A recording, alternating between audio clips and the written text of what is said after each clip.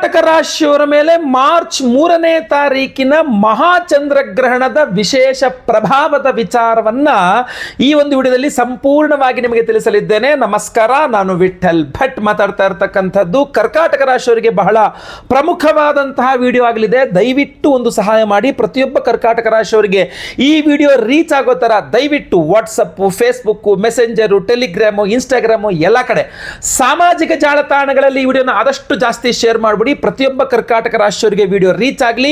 ನೀವು ಫೇಸ್ಬುಕ್ ಅಲ್ಲಿ ನೋಡ್ತಾ ಇದ್ರೆ ನಮ್ಮ ಪೇಜ್ ಅನ್ನು ಫಾಲೋ ಮಾಡ್ಕೊಳ್ಳಿ. ಯೂಟ್ಯೂಬ್ ಅಲ್ಲಿ ನೋಡ್ತಾ ಇದ್ರೆ ನಮ್ಮ ಚಾನಲ್ ನ ಸಬ್ಸ್ಕ್ರೈಬ್ ಮಾಡಿಕೊಂಡು ಬೆಲ್ ಬಟನ್ ಒತ್ಕೊಂಡು ಆಲ್ ಅಂತ ಮಾಡಲಿಕ್ಕೆ ದಯವಿಟ್ಟು ಮರಿಬೇಡಿ. ಈ ಒಂದು ಮಹಾಚಂದ್ರಗ್ರಹಣದ ಬಗ್ಗೆ ನಿಮಗೇನಾದರೂ ವಿಶೇಷ ಪ್ರಶ್ನೆಗಳಿದ್ರೆ ಕಮೆಂಟ್ ಸೆಕ್ಷನ್ ಓಪನ್ ಇದೆ, ದಯವಿಟ್ಟು ಕಮೆಂಟ್ ಮಾಡಿ. ನಿಮ್ಮ ಕಮೆಂಟ್ಸ್ನೆಲ್ಲ ನಾನು ಓದ್ತಾ ಇರ್ತೇನೆ, ಅಪ್ರೂವ್ದಲ್ಲಿ ರಿಪ್ಲೈ ಸಹ ಮಾಡುವ ಪ್ರಯತ್ನವನ್ನ ಮಾಡ್ತಾ ಇರ್ತೇನೆ. ಬನ್ನಿ ವಿಡಿಯೋನ ಶುರು ಮಾಡೋಣ.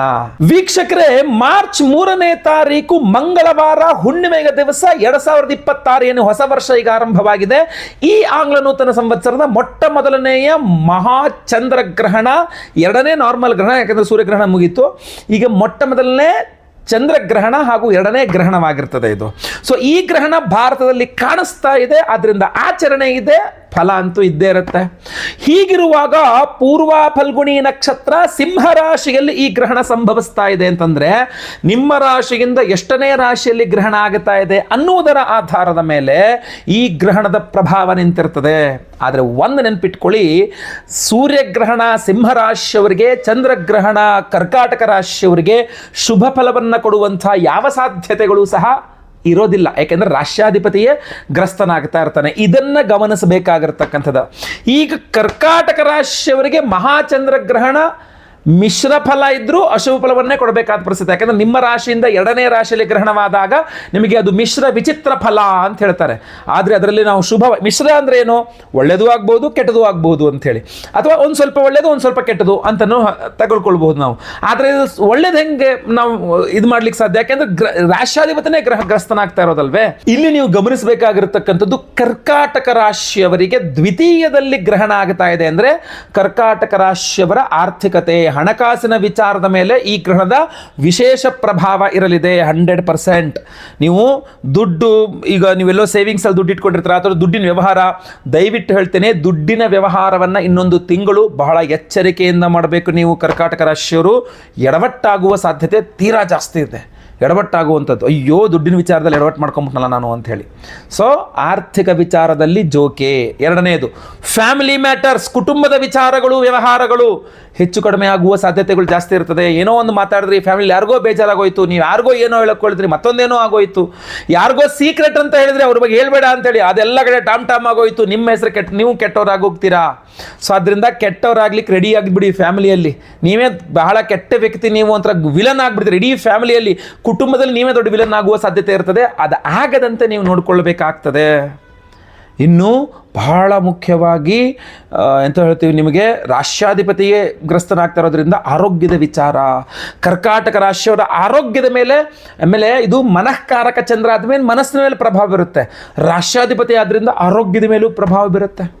ಸೊ ನನ್ನ ಆರೋಗ್ಯ ಸರಿ ಇಲ್ಲ, ನನಗೆ ಹಂಗಾಗೋಯ್ತು, ನಂಗೆ ಟ್ರೀಟ್ಮೆಂಟ್ ಸಿಗ್ತಾ ಇಲ್ಲ, ನಂಗೆ ಹಂಗಾಗ್ತಾ ಇಲ್ಲ, ನಂಗೆ ಔಷಧಿ ಸಿಗ್ತಾ ಇಲ್ಲ, ಔಷಧಿ ತಗೊಂಡ್ರೂ ಕೆಲಸ ಮಾಡ್ತಾ ಇಲ್ಲ, ಒಳ್ಳೆ ಡಾಕ್ಟರ್ ಸಿಗ್ತಾ ಇಲ್ಲ, ಬರೇ ಚಿಂತೆ ಚಿಂತೆ ಚಿಂತೆ ಕೊರಗು ಹಿಡ್ಕೊಂಡ್ಬಿಡ್ತೀರಾ ಮನಸ್ಸಲ್ಲಿ. ಅಂತ ಹಂಗೆ ಹಿಡ್ಕೋಬಾರ್ದು. ಹಂಗಾಗ್ದಂಗೆ ನೋಡ್ಕೊಳ್ಬೇಕು ನೀವು, ಆಯ್ತಲ್ವಾ? ವೈದ್ಯ ಹತ್ರ ಹೋಗಿ, ಈ ಆದ್ರೆ ಇನ್ನೊಂದು ಡಾಕ್ಟರ್ ಹತ್ರ ಹೋಗಿ, ಯಾವುದೋ ಒಂದು ಡಾಕ್ಟರ್ ಯಾವುದೋ ಒಂದು ಔಷಧಿ ಚೆನ್ನಾಗಿ ಆಗುತ್ತೆ. ದೇವರಲ್ಲಿ ಪ್ರಾರ್ಥನೆ ಮಾಡಿ ಪರಿಹಾರ ಮಾಡಿಕೊಂಡ್ರೆ ಒಳ್ಳೆ ಡಾಕ್ಟರ್ ಸಿಗ್ತಾರೆ, ಒಳ್ಳೆ ಔಷಧಿ ಸಿಗುತ್ತೆ, ಒಳ್ಳೆ ಟ್ರೀಟ್ಮೆಂಟ್ ಸಿಗುತ್ತೆ, ಒಳ್ಳೇದಾಗೇ ಆಗುತ್ತೆ. ಬಟ್ ಗ್ರಹಣ ಇರೋದ್ರಿಂದ ಟೈಮ್ ಬೀಯಿಂಗ್ ನಿಮ್ಮ ಮೈಂಡ್ ಸ್ವಲ್ಪ ಆ ಕಡೆ ಈ ಕಡೆ ಬೇಸರ ಜಾಸ್ತಿ ಮಾಡ್ಕೊಳ್ಳುತ್ತೆ, ಆರೋಗ್ಯ ಜಾಸ್ತಿ ಪ್ರಭಾವ ಇರುತ್ತೆ. ದುಡ್ಡು, ಹಣಕಾಸಿನ ವಿಚಾರದಲ್ಲಿ ದುಃಖ ಇದೆ, ಕುಟುಂಬದವರ ವಿಚಾರದಲ್ಲಿ, ಅವರ ನಡವಳಿಕೆಯ ವಿಚಾರದಲ್ಲಿ ತುಂಬ ದುಃಖ ಇರುತ್ತೆ. ಆಮೇಲೆ ದ್ವಿತೀಯದಲ್ಲಿದ್ದು ಅಷ್ಟಮವನ್ನು ನೋಡ್ತಾ ಇರ್ತಾನಲ್ಲ, ವಿವಾಹಿತ ಕರ್ಕಾಟಕ ರಾಶಿಯ ಸ್ತ್ರೀಯರಿಗೆ ಯಜಮಾನರ ವಿಚಾರದಲ್ಲೂ ಸಹ, ಯಜಮಾನರ ಆರೋಗ್ಯದ ವಿಚಾರದಲ್ಲೂ ಸಹ, ಯಜಮಾನರೊಂದಿಗಿನ ಬಾಂಧವ್ಯದ ವಿಚಾರದಲ್ಲೂ ಸಹ ಗಮನ ಹರಿಸಬೇಕಾಗತ್ತೆ. ಯಾಕಂದರೆ ಪ್ರಭಾವ ಅಲ್ಲೂ ಸಹ ಇರುತ್ತೆ. ಸೊ ಇಷ್ಟೆಲ್ಲ ಇದ್ದಾಗ ಪರಿಹಾರಗಳು ಬಹಳ ಮುಖ್ಯವಾಗಿರ್ತದಲ್ವೇ. ಸೊ ಅದರಿಂದ ಕಡ್ಡಾಯವಾಗಿ ಕರ್ಕಾಟಕ ರಾಶಿಯವರಿಗೆ ನಾನು ತಿಳಿಸ್ತಾ ಇದ್ದೇನೆ, 3ನೇ ತಾರೀಕು ಗ್ರಹಣ ಇದೆಯಲ್ಲ, 4ನೇ ತಾರೀಕು ಬೆಳಗ್ಗೆ ಎದ್ದು 1-2 kg ಹುರುಳಿ, 1-2 kg ಅಕ್ಕಿ ಯಾವ್ದಾದ್ರು ಹತ್ತಿರದಲ್ಲಿ ದೇವಸ್ಥಾನದಲ್ಲಿ ದಾನ ಮಾಡಿ. ಚಂದ್ರಬಿಂಬ ಅಂತ ಸಿಗುತ್ತೆ, ದಾನ ಮಾಡಿ. ಇಲ್ಲ ಇದಕ್ಕೆ ವಿಶೇಷವಾದ ಪರಿಹಾರವೇ ಬೇಕು ಅಂತಂದರೆ ನಾವು ನಿಮಗೋಸ್ಕರ ಅತ್ಯದ್ಭುತವಾದ ಪರಿಹಾರವನ್ನು ಮಾಡ್ತಾ ಇದ್ದೇವೆ, ಅತ್ಯದ್ಭುತವಾದ ಪ್ರಸಾದವನ್ನು ಕೊಡ್ತಾ ಇದ್ದೇವೆ, ನಿಮಗೆಲ್ಲ ಸಮಸ್ಯೆಗಳು ಪರಿಹಾರವಾಗಬೇಕು ಅಂತ. ಚಂದ್ರಗ್ರಹಣದ ಸಂಪೂರ್ಣ ಶುಭ ಫಲವೇ ನಿಮಗೆ ಸಿಗಬೇಕು, ಯಾವುದೇ ಅಶುಭ ಫಲ ನಿಮಗೆ ತಾಗಬಾರದು ಅನ್ನುವ ದೃಷ್ಟಿಯಿಂದ ನಮ್ಮ ಯಾಗಶಾಲೆಯಲ್ಲಿ ನಾವು ಮಹಾಚಂದ್ರಗ್ರಹಣದ ದಿವಸ ಚಂದ್ರಗ್ರಹಣ ಸಂಧ್ಯಾಕಾಲ ಇರೋದ್ರಿಂದ 6:30 ಮೇಲೆ ನಾವು ಮಹಾಚಂದ್ರಗ್ರಹಣ ಶಾಂತಿ ಹೋಮವನ್ನೇ ಮಾಡ್ತಾ ಇದ್ದೇವೆ ನಮ್ಮ ಯಾಗಶಾಲೆಯಲ್ಲಿ. ಆ ಮಹಾಚಂದ್ರಗ್ರಹಣ ಶಾಂತಿ ಹೋಮ ಅಷ್ಟೇ ಅಲ್ಲ, ಯಾಕೆಂದರೆ ಗ್ರಹಣ ಬಹಳ ಪರ್ವಕಾಲ, ಪರ್ವದಿನ ಆದ್ದರಿಂದ ಅದ್ಭುತವಾದಂತಹದ್ದನ್ನೇ ಮಾಡಬೇಕು. ನಿಮ್ಮ ಆರ್ಥಿಕ ಬಾಧೆಗಳು, ಹಣಕಾಸಿನ ಸಮಸ್ಯೆಗಳು, ಸಾಲ ಬಾಧೆಗಳು, ಮನೆಯಲ್ಲಿ ಅಷ್ಟೈಶ್ವರ್ಯಗಳ ಅಭಿವೃದ್ಧಿಯಾಗಬೇಕು, ಆ ಸಾಲ ಸಮಸ್ಯೆಗಳು ಪರಿಹಾರವಾಗಬೇಕು, ದುಡ್ಡಿನ ಸಮಸ್ಯೆ ಪರಿಹಾರವಾಗಬೇಕು ಅನ್ನುವ ದೃಷ್ಟಿಕೋನದಿಂದ ವ್ಯಾಪಾರ ಅಭಿವೃದ್ಧಿಯಾಗಬೇಕು, ನಿಮಗೆ ದುಡ್ಡು ವಿಚಾರದಲ್ಲಿ ಅನುಕೂಲವಾಗಬೇಕು ಅನ್ನುವುದನ್ನೇ ದೃಷ್ಟಿಯಲ್ಲಿಟ್ಕೊಂಡು ಮಹಾ ಕುಬೇರ ಲಕ್ಷ್ಮೀ ಹೋಮವನ್ನು ಮಾಡ್ತಾ ಇದ್ದೇವೆ. ನೋಡಿ, ಚಂದ್ರಗ್ರಹಣದ ದಿವಸ, ಚಂದ್ರಗ್ರಹಣದ ಸಂಧ್ಯಾಕಾಲದಲ್ಲಿಗೆ ಕುಬೇರ ಲಕ್ಷ್ಮೀ ಹೋಮವನ್ನು ಮಾಡ್ತಕ್ಕಂಥದ್ದು ಅದ್ಭುತವಾದಂತಹ ಶಕ್ತಿ, ಅದು ಅದ್ಭುತವಾದ ಪರಿಹಾರ. ಅದು ಅಷ್ಟೇ ಅಲ್ಲ, ಇನ್ನೂ ಸಹ ಇದೆ.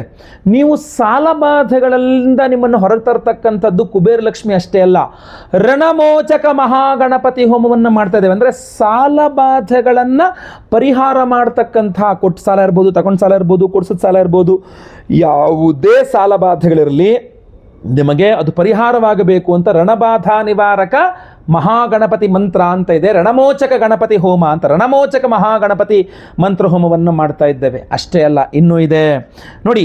ಸಂತಾನ ಇಲ್ಲದವರಿಗೆ ಸಂತಾನ ಆಗಬೇಕು, ಸಂತಾನ ಇರೋವರಿಗೆ ಸಂತಾನದ ವಿಚಾರದಲ್ಲಿ, ಮಕ್ಕಳ ವಿಚಾರದಲ್ಲಿ ಅನುಕೂಲ, ಸಂತೃಪ್ತಿ, ಸುಖ ಸಿಗಬೇಕು ಅನ್ನುವ ಕಾರಣಕ್ಕೆ ಸಂತಾನ ಗೋಪಾಲ ಕೃಷ್ಣ ಹೋಮವನ್ನು ಮಾಡ್ತಾ ಇದ್ದೇವೆ.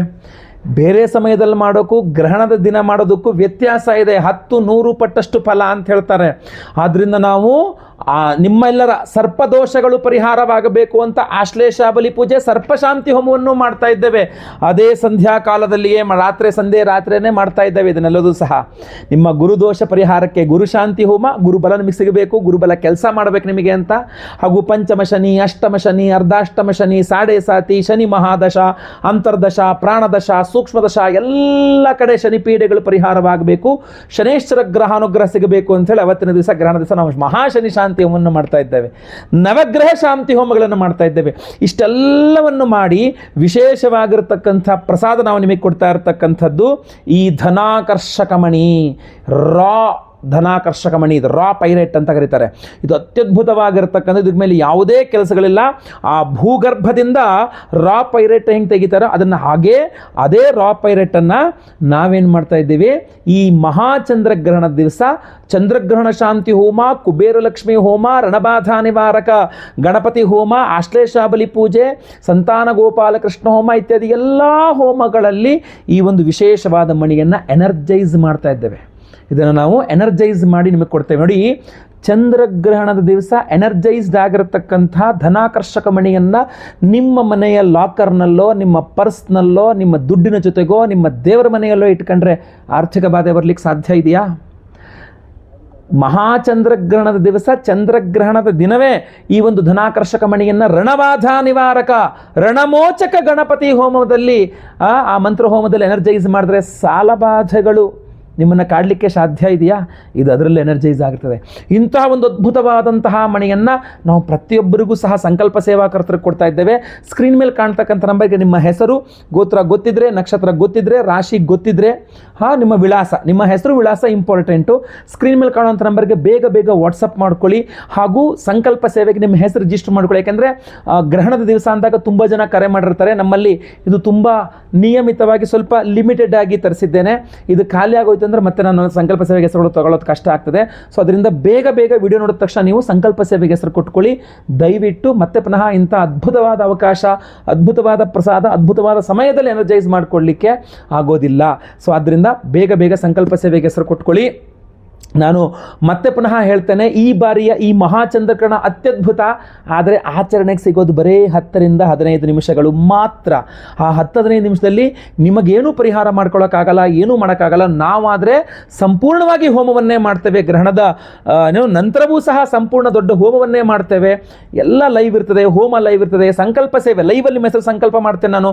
ನಿಮ್ಮ ಹೆಸರು ಸಂಕಲ್ಪ ಆಗೋದು ನೀವು ಮೊಬೈಲಲ್ಲಿ ಲೈವಲ್ಲಿ ಕೇಳಿಸ್ಕೊಳ್ಬಹುದು, ಹೋಮಗಳನ್ನು ಲೈವಲ್ಲಿ ನೋಡಬಹುದು. ಹಾಗೂ ನಾವು ಹೋಮ ಮುಗಿದ ನಂತರ ಮರುದಿನ ಅಥವಾ ಅದರ ಮರುದಿನ, ಯಾಕೆಂದ್ರೆ ಮಂಗಳವಾರ ರಾತ್ರಿ ಸ್ವಲ್ಪ ಲೇಟ್ ಆಗೋಯ್ತು ಅಂದರೆ ಬುಧವಾರ ಬೆಳಗ್ಗೆ ಕಳಿಸ್ಲಿಕ್ಕೆ ಆಗಲ್ಲ ಪ್ರಸಾದ. ಸೊ ಅದರಿಂದಾಗಿ ಗುರುವಾರ ದಿವಸ ನಾವು ಎಲ್ಲ ಹೋಮಗಳ ಭಸ್ಮ, ನಾಗಾರಾಧನೆ, ಅರಿಶಿನ ಪ್ರಸಾದ ಸಹಿತ ಈ ವಿಶೇಷವಾಗಿರತಕ್ಕಂತಹ ಈ ಒಂದು ಧನಾಕರ್ಷಕ ಮಣಿಯನ್ನು ಪ್ರತಿಯೊಬ್ಬರಿಗೂ ಸ್ಪೀಡ್ ಪೋಸ್ಟಲ್ಲಿ ನಾವು ಕಳಿಸಿಕೊಟ್ಟು ಬಿಡ್ತೇವೆ.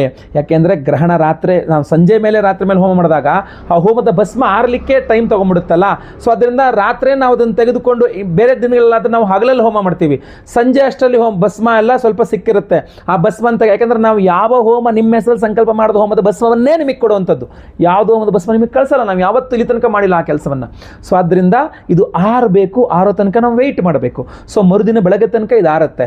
ಮರುದಿನ ಬೆಳಗ್ಗೆ ಆ ಭಸ್ಮವನ್ನು ತೆಗೆದು ನಾವು ಅದನ್ನು ಪಾರ್ಸಲ್ ಪ್ಯಾಕಿಂಗ್ ಮಾಡಿ, ಇಡೀ ದಿನ ಆಗುತ್ತೆ ಪ್ಯಾಕಿಂಗ್ ಮಾಡೋಕ್ಕೆ.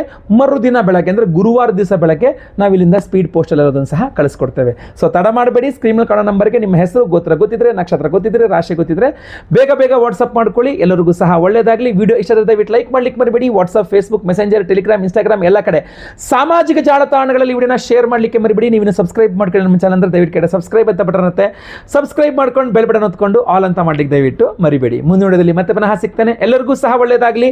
ಲೋಕ ಸಮಸ್ತ ಸುಖಿನೋ ಭವಂತು. ನಾರಾಯಣ ನಾರಾಯಣ ನಾರಾಯಣ.